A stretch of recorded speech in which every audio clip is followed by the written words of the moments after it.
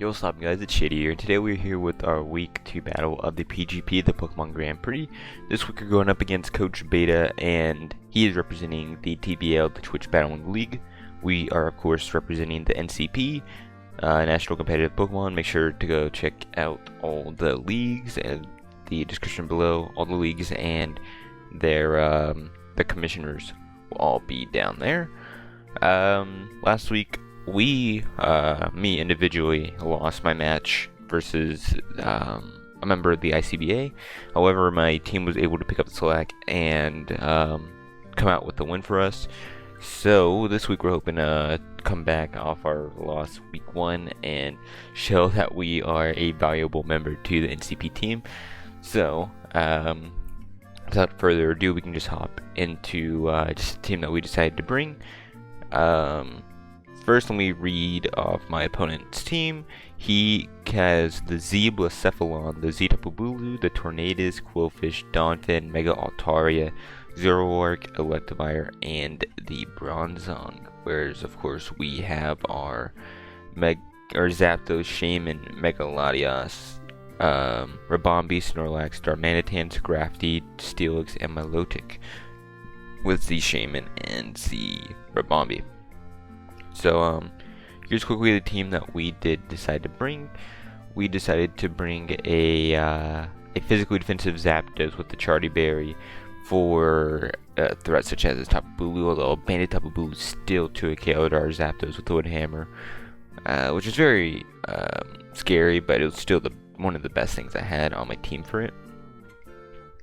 It also helped deal with the Tornadus, the Quillfish, the Donphin, the Electivire, and the Bronzong. Like, Zap-Doze was a really good defensive mon on this team, so I really had to bring it. So physically defensive with Discharge, obviously, for our main stab, Heat Wave to hit that Bronzong, and the Electivire, and the Tapu Bulu. Roost, obviously, to get back our health, and then Default to get rid of any hazards that Donphin or Quillfish made sure to set up.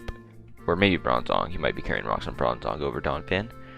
We just had to bring a Scarf Darmanitan. I thought Darmanitan looked really good outside of Quillfish with just Flare Blitz. So Flare Blitz, Fire Punch in case I didn't want to take the recoil. Yawn, and because I outspeed a Mega Altaria if you decide to DD once, and I can at least yawn it. Of course, that would mean pretty much sacking my Darmanitan. But if I have to sack Darmanitan in order to stop getting swept, I mean, I'll do that. And then U-turn, honestly, for initiative.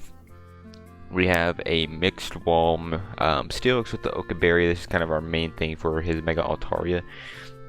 With Heavy Slam, obviously for our main stab, Earthquake to hit the Blacephalon or the Electivire. This is also a secondary Electivire switch-in. Zap-Doze, of course, isn't the best, depending on his set, but just kind of what we had to work with. Or to maybe phase out a Mega Altaria if it's set up, and Stealth Rocks because Rocks looked really nice against this team with a Torn, the Blacephalon. It breaks Donphin sturdy, Mega Altaria taking 25 if it hadn't Mega'd yet. Just Rocks looked really nice against this team. We have a Spectre Bombi, just the same exact set as last week with a different spread. It looked really nice once again. Moonblast, Bug Buzz, U-turn, and the Sticky Web. And we have our Scrafty here, DD. It's meant to take advantage of the Bronzong with and just be able to DD twice. I have enough HP to where I can live a Gyro Ball before I set up a DD and a Gyro Ball afterwards, and so I can get up to +2 and do a lot of damage. Knock off Poison Jab, Ice Punch, and DD looked really nice against this team.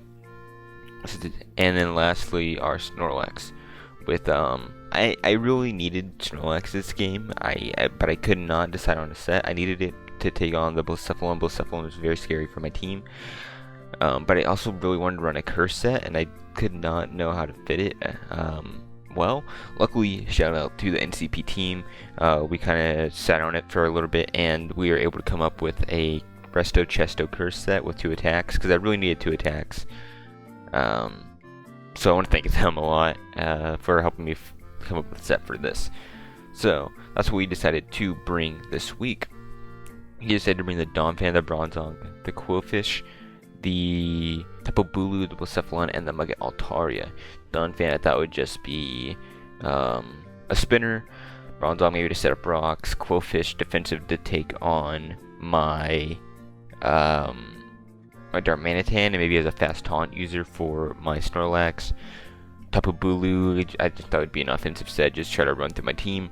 Blacephalon, I wasn't really too sure. I knew obviously it was going to be a big threat if my Snorlax drops, or even just gets weakened. And Mega Altaria would be some sort of setup variant. I did need to find out whether he'd be Cotton Guard or DD or what. So that's the team that he has and what I'm kind of expecting his team to do. We're going to hop right into this. I decide to lead off with the Darmanitan? Maybe the Zap-Doze. No, I think it was definitely Darmanitan. As I know he leads Donphan here. As I saw this, I thought he'd probably just set up his rocks. So I do lead off with my Darmanitan because I can get the fast U-turn off on anything on his team. So yeah, I'm just going to fire off the U-turn here. And it's going to do an okay chunk. I mean, obviously Donphan's really defensive. So here we're going to go into our Zap-Doze, get it in before the rocks, and of course we can always defog later. As he just decided to click the, I believe the EQ, he just straight up attacked. No, he clicked Gunk Shot, and he missed, which wasn't that big of a deal. I guess he was predicting the Rabombi on the EQ. But no, I just wanted to Zap-Doze just in case he set up rocks. Here I'm just going to stay in and fire off a Heat Wave and see what he wants to do. Obviously outspeed, so I can't like defog anticipating rocks. And it does a pretty small amount, but honestly he's not completely specially defensive, I don't think, just based on the U-turn damage. So I'm pretty sure he's like Fizz-Def AV, or like some kind of mixed wall with AV, so that's why he hasn't set up rocks. So here I'm just going to continue Heat Waving, hit Donphan over and over and over again. He EQ'd there trying to predict the ruse. I thought that he would try to do that eventually. And although I do need to restart my Zap-Doze, I knew I should have watched for the EQ first, and I did, and so I decided to roost up on the next turn, and luckily I did get that prediction right. I could also still live in EQ from that range, so it was fine. EQ only does like 45%. Here I'm going to Heat Wave once again as he decides to go into his Altaria. And here I make kind of a bad play that ends up working out. I didn't do the calcs beforehand, I just kind of assumed. I went to my Rabombi assuming I could live a return if he decided to click it, and no matter what he decided to do, he couldn't set up too much. If he decided to set up the Con Guard, we could just Moonblast and Oko probably, depending on his spread. And if he decided to click the DD, then he would be forced to attack me, otherwise he'd die. He'd be forced to stay at +1, and then we could go straight into our Steelix. But I did actually die to return, looking at the calcs after I had already clicked my move. So I could have definitely have lost my Rabombi, and that would have been very unfortunate, but luckily he did end up setting up the Cotton Guard. And he ended up over predicting. He told me after the game he predicted the U-turn out. And no, I just Moonblasted to get that Mega Altaria out of the way because it was a big threat for my team. And Mega Altaria ended up dropping, which is amazing. Here you can go into his Bronzong, and I'm just going to make the play that I described earlier, where I'm just going to go into my Scrafty and take advantage of this Bronzong and start setting up DDs. So that's exactly what I'm going to do, as he ended up setting up the rocks on the Bronzong, so that most likely was an AV Donphan earlier that we saw. He is going to click the Flash Cannon here, which is great. Durable going to do a ton more because of course I'm raising my speed up. But now that he has Flash Cannon, I am kind of a bulky Scrafty. This is not something I really have to worry about. Here he is going to swap out though into his Quillfish. And I knew that there's no way I was doing a ton of damage to it at +1 if he's a defensive set like I think he is. But I felt like just knocking off and just kind of scouting what kind of item this is, trying to get a feel for this Quillfish set would be nice. And I knew the T-Wave was going to come. I 100% knew the T-Wave was coming here. But I still decided, you know, Bronzong really isn't like a super big deal. Don't get me wrong, I would have loved to have DD swept his team with my Scrafty. You know, I spent a lot of time trying to perfect the set. Kind of, like the Scrafty set was something I was looking at for a long time on this team. And so just to finally get it work after all the thought I put into it would have been amazing. But unfortunately, just getting a read on the Quillfish, seeing that it was shotgun, getting rid of that, and seeing that he's a pretty defensive Quillfish was some nice info. So I am going to go out into my Zap-Doze, as he just decided to go into a Donphan, as I just decided to get these rocks off the field, get my Steelix's sturdy back. And my team really doesn't like rocks. I mean, I have Rabombi, I have Zap-Doze, and Darmanitan, so getting all that, getting the rocks off would be really nice for my team. Here I am going to Roost. Once again, he's doing like slightly less than I recover on Roost. So unless he crits me with EQ, then I have no reason for the most part not to Roost. But here I can tell he's just going to spam Ice Shard. I'm going to click Heat Wave here, and I believe he does get a crit, but I do believe he just barely hangs on with like 1 HP. But I don't think I Roost up here. I do believe I just click Heat Wave and just pick up the Donphan here. Yeah, I do that, and I do land, and down goes the Donphan. So now he is down 6-4, and now he's gonna send out his Blacephalon, which is what I thought he'd send in. But luckily, who hasn't hit the field yet? Snorlax has not hit the field, so time for it to come in. The main reason why I brought this Snorlax, as he actually ended up predicting that and going into his Tapu Bulu here, which is something that kind of caught me off guard, considering Tapu Bulu is just such a threat to this team. But because the Mega Altaria is down, I can actually just go into my Steelix and kind of scout what he wants to do. Zap-Doze was weakened, so the chances are I would get 2 KO'd, but luckily I can go into my Steelix to kind of see what he wants to do, as he does end up clicking the Stone Edge, predicting the Zap-Doze, and we are going to eat that, of course, and just get back up to full with the grassy terrain. Here, I believe I just set up my rocks as he goes into his Quillfish. I thought the rock trip would be nice. Is that what I do? No, I double predicting. I don't think I predicted Blacephalon. I think I predicted the Bronzong to come in. And so I went into Darmanitan, and then he ended up going Quillfish. So I'm going to U-turn out here because of the grassy terrain. He is able to live in EQ, and so I do not want to take that damage with my Darmanitan. I would be able to live the liquidation likely, but then I'd be extremely weak. I'd be hanging on with like 5%, and I would rather not. I'm gonna go out into my Fizz Def Zap-Doze here, and I'm gonna take the liquidation to the face, and he is unfortunately gonna get the defense drop, which is gonna make roosting up against his liquidation just a tad bit more difficult. Here I am just gonna fire off the roost though, because he should only be doing like maybe 30-35% with the liquidation with the -1. I see he's just going to continue clicking liquidation over and over again. He could have honestly gone Blacephalon on my roost. I think the roost was kind of obvious. But fortunately for me, he did not. Here I am just going to fire off a discharge just to pick up the kill, I think. I don't think I roost here. I think I click discharge as he goes into his Tapu Bulu here. Probably on my roost. Which, I mean, I was kind of fine with this. Obviously, at -1, this was kind of be a problem, but it's whatever. Here, I'm going to get the discharge off, and I am going to get the first turn pair, which is, the reason why I ran discharge for the pair. The Thunderbolt versus discharge 10% base power didn't end up really mattering in any calcs from what I saw. So here, I'm just going to fire off the Heat Wave, and he is going to get fully paired, I believe. No, he clicked Stone Edge. And here, I completely forgot about my Charity Berry in the game. And even at -1, I thought it'd kill, but it surprisingly did not. Zap-Doze hanged on like a goat. And we're just going to fire off the Heat Wave once again, as he decides to just let his Tapu Bulu go down here. I completely forgot about it. When I popped, I mean, I was in shock. I was fine with letting Tapu Bulu pick up the kill on my Zap-Doze. Then I could just go maybe into my Rabombi or something. But obviously he just let it go down. He is going to go into Blacephalon, and I'm just going to go straight into my Snorlax here. I'm not going to overpredict or anything. And he is just going to click the Flamethrower, and of course this is just going to bounce off with our Thick Fat, because we are Thick Fat this week. That was another thing that I was kind of having a problem with whenever making the Snorlax set. I wanted to run Thick Fat, but obviously then Curse would kind of be a problem. It was just like a 5 move slot, syndrome if I decide to run Thick Fat, because I wanted to run Rest Talk, Curse, 2 attacks, 5 different moves.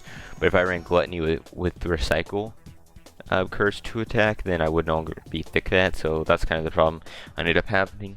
But I just do decide I can click the Curse here, and at this point, depending on what this Quillfish has, which doesn't seem to have taunt. That's the one thing I thought he'd have, which is why I clicked return here. I thought I'd predict the taunt. I ended up forgetting happiness, obviously. And yeah, he doesn't seem to have taunt like I thought he would. It makes sense for him to, in my eyes, but I guess that's just something he overlooked for prep. And so now we're just gonna be able to set up curses, multiple curses, and depending on the rest of his team, which I'm just going to spoil it here, he doesn't have anything on the rest of his team. We're just going to be able to sweep his team with this Snorlax, and that's going to be game. And we're going to pick up the 6-0 win over Beta. So I'm going to let the rest of the match play while I kind of talk about the rest of the week. Because I can do that now, because obviously week 1 I led comp, so I didn't know everyone else, what happened to everyone else. So I don't remember what the order we played in was. All I know is kind of who won and such. So we of course won our game. John Jr. ended up losing to Heffy. John Jr.'s draft is very fighting type league, especially like fast fighting types. So like Mega Blade, Mega Lop, and just any standard, non-mega fast fighting types, which there aren't really like a ton or anything. A lot of fast fighting types are like usually Scarfers, but yeah, like Mega Blade and Mega Lop are like 2 of his biggest problems, and he's had to face those 2 weeks in a row now. He managed to call the win in week 1, but week 2 he did unfortunately drop to him, which is a little unfortunate. Obviously, when it comes to like a matchup like that, there's not a ton you can do. Just hope for the best, which is what he did, and he tried his best, and it's fine. I mean, I lost week 1, so I can't really talk much trash. Of course, we won our game. Zombie ended up 6-0ing his opponent. I'm not really too sure on some of the details in that match. Ogle ended up winning his match 3-0. Steven ended up 6-0ing his match. That was a great match because I actually helped him prep that game. Because I know by that point when we were prepping, we had already clinched the win. We had already won our 4 games, and so we were like, "Oh, this is fine if we lose." But Steven would have still liked to have won, so we did try to put some effort into our prep. And Steven had to play a rain team, and Steven's team was not very strong against rain. In fact, rain kind of ran through him, but luckily his opponent, from what I heard, did not bring his Ferrothorn. So Steven, who also had Ferrothorn, was able to sit in front of his rain team pretty much the entire game and just lead seed and just get off free damage and really window down his team. And Steven was just able to 6-0 him. So I'm really happy that Steven was able to do that, because we were talking about his matchup being complete dog shit that game. Aaron ended up losing his game, not really sure what happened there, and Arctic ended up winning his game 3-0. So we ended up being the TBL 5-2. So we are now 2-0 in the PGP. Really happy with how everyone else in the NCP played this week, even if we picked up a loss. All our losses were really small, and all our wins were extremely big. We have 3 6-0 this week, so I'm really happy with how we played this week. Week 3, we play against the PCL. I will not be playing that week. I'm going to be sitting out, letting some of the other coaches play. I will be back for week 4 though, and that will be up against the PGPL. So I'll see you guys in a couple weeks with that. Of course, make sure to like the video if you did enjoy. Make sure to check out in the description below John Jr. I have all the coaches, or all the captains in all the leagues in the description below. Make sure to go check out John Jr.'s channel, because sometime today, and probably he would have uploaded it before I get this video up. He will have uploaded the team recap overall, where he goes a little bit more in depth with some of these, with our team's battles. So make sure to check out that. And yeah, thank you guys so much for watching. Like I said, if you did enjoy, make sure to hit that like button and subscribe. I am of course uploading this. I'm uploading the UPBA, which is a tight playoff race, and soon I will be uploading the AP Academy. That's starting up in a couple weeks. So make sure check out all that content. But anyways, I want to thank you guys so much for watching once again. If you did enjoy, But anyways, this has been Shady, and I'm out. Peace.